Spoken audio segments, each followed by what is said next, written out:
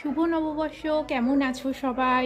আজ আমি একদম বাঙালি স্টাইলে পোলাও মানে মিষ্টি ভাত, উত্তরবঙ্গের খুব পরিচিত তুলাইপাঞ্জি চালের ঝরঝরে পোলাও বানিয়ে দেখাবো। চালটাকে ধুয়ে জল ঝরিয়ে রেখেছি। এদিকে একটা প্যানে ঘি গরম করে তার মধ্যে হলুদ দিয়ে দিয়েছি। এবার চালটাকে ভালো করে মাখিয়ে নেবো। আর সঙ্গে দিয়েছি আদা আর কাঁচা লঙ্কার পেস্ট দিয়ে আবারও ভালো করে মাখিয়ে 1 ঘন্টা রেখে দিয়েছি। এরপরে আমি কড়াই তেল নিয়ে নিয়েছি আর দিয়ে দিয়েছি কাজু, পেস্তা আর গোটা গরম মশলা, আর আমি অ্যাড করেছি ক্যাপসিকাম। তোমরা এটা চাইলে স্কিপও করতে পারো। এবার চালগুলো দিয়ে দিয়েছি, ভালো করে দিয়ে চালগুলো একটু নেড়ে নিতে হবে।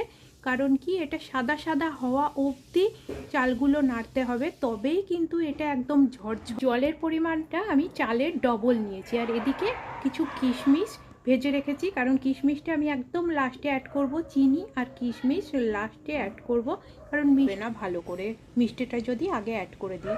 দিয়ে আবারও একটু নাড়িয়ে চাড়িয়ে নেব। দিয়ে অ্যাড করে দিয়েছি গোটা গরম মশলা, বাড়িতে আমি গুঁড়ো করে রাখি, ভীষণ ফ্লেভারফুল হয় ওটা। ওটা অ্যাড করে দিলাম। আর দিয়ে দিলাম ফ্লেভারের জন্য 4টে কাঁচা লঙ্কা।